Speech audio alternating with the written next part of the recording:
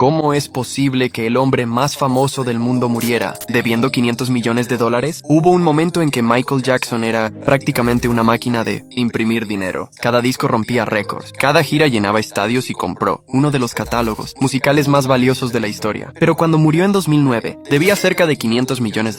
¿Cómo llegó el artista más exitoso del planeta a esa situación? Y lo más increíble es que la respuesta no fue una sola decisión equivocada. Fueron más de 15 años de errores, gastos, demandas, préstamos y personas aprovechándose de él. Todo comenzó cuando Michael empezó a ganar cantidades de dinero que parecían infinitas. Durante los años 80 y principios de los 90 era el artista mejor pagado del mundo. Vendía millones de discos, realizaba giras gigantescas y firmaba contratos multimillonarios. Pero había un problema. Mientras más dinero ganaba, más dinero gastaba. Durante el juicio de 2005, su propio contador declaró ante la corte que Michael gastaba entre 20 y 30 millones de dólares más al año de lo que ingresaba. No hablamos únicamente de lujo. Compraba obras de arte, joyas, muebles, regalaba automóviles, hacía enormes donaciones, viajaba constantemente y mantenía un estilo de vida imposible, incluso para alguien como él. Solo en intereses bancarios llegaba a pagar entre 15 y 20 millones de dólares cada año. Y mientras eso ocurría, existía otro enorme agujero financiero llamado Neverland. Muchos recuerdan Neverland como un lugar mágico, pero financieramente era una pesadilla. Mantener un zoológico con jirafas, elefantes y otros animales exóticos, un parque de diversiones privado, un tren, un cine, jardines gigantescos y decenas de empleados costaba millones de dólares cada año. Después del juicio de 2005, la situación fue tan grave que ni siquiera pudo seguir pagando los salarios de los trabajadores. El rancho terminó cerrando sus operaciones y años después la empresa Colony Capital tuvo que invertir más de $22 millones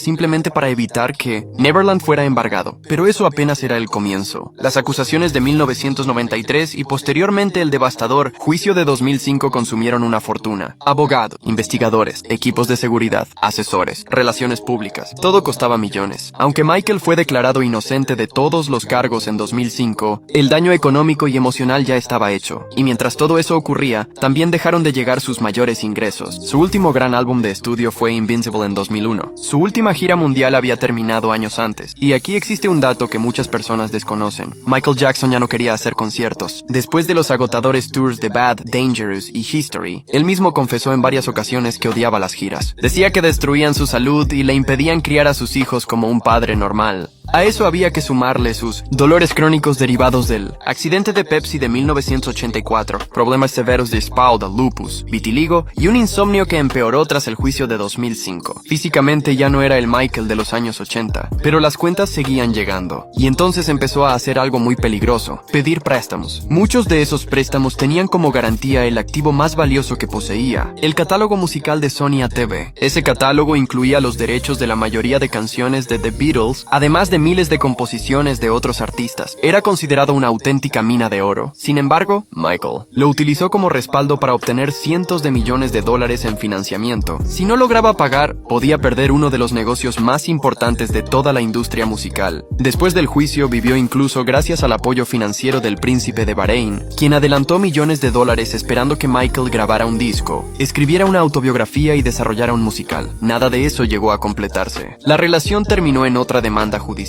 Para 2007 la situación era desesperante. Según el contador que declaró en el juicio, prácticamente ningún banco quería seguir prestándole dinero. Incluso tenía dificultades para cubrir la hipoteca de la casa donde vivía su madre, Catherine Jackson. Su administración interna era un desastre. Había cambiado varias veces de gerente, abogados y asesores financieros. Cuando falleció, los albaceas encontraron contratos, demandas y documentos financieros repartidos por distintas oficinas del país. Existían más de 65 acreedores reclamando dinero. Fue entonces cuando apareció la oportunidad llamada This Is It. Muchos creen que Michael regresó porque extrañaba el escenario, pero la realidad parece haber sido muy distinta. La residencia en Londres representaba la posibilidad de ganar entre 50 y 100 millones de dólares en poco tiempo. Su objetivo era pagar las deudas, comprar una casa definitiva para Prince, Paris y Blanket y después alejarse de los escenarios para cumplir un sueño del que hablaba desde hacía años: hacer cine. Michael quería producir películas, escribir bandas sonoras y dedicarse a una etapa etapa completamente diferente de su carrera, pero nunca llegó ese momento. Murió el 25 de junio de 2009, antes de que comenzara el primer concierto. Paradójicamente, el hombre que falleció debiendo aproximadamente 500 millones de dólares terminó generando mucho más dinero después de su muerte. Los administradores renegociaron las deudas, reorganizaron su patrimonio y años después vendieron la participación restante en Sony ATV por miles de millones. Desde 2009, el patrimonio de Michael Jackson ha generado más de 3.500 millones de dólares. Una ironía enorme. Mientras estuvo vivo, luchaba para salir de las deudas. Después de morir, volvió a convertirse en una de las personas más rentables de toda la industria musical. Y quizá esa sea la reflexión más triste de toda esta historia. Michael Jackson no murió porque dejara de ser una estrella. Murió siendo uno de los artistas más famosos del planeta, pero entre los gastos descontrolados, los juicios, las malas decisiones financieras y un sistema que siguió monetizando su nombre incluso después de su muerte, terminó viviendo una situación que muy pocos imaginaban, porque a veces incluso el rey del pop también podía quedarse sin dinero.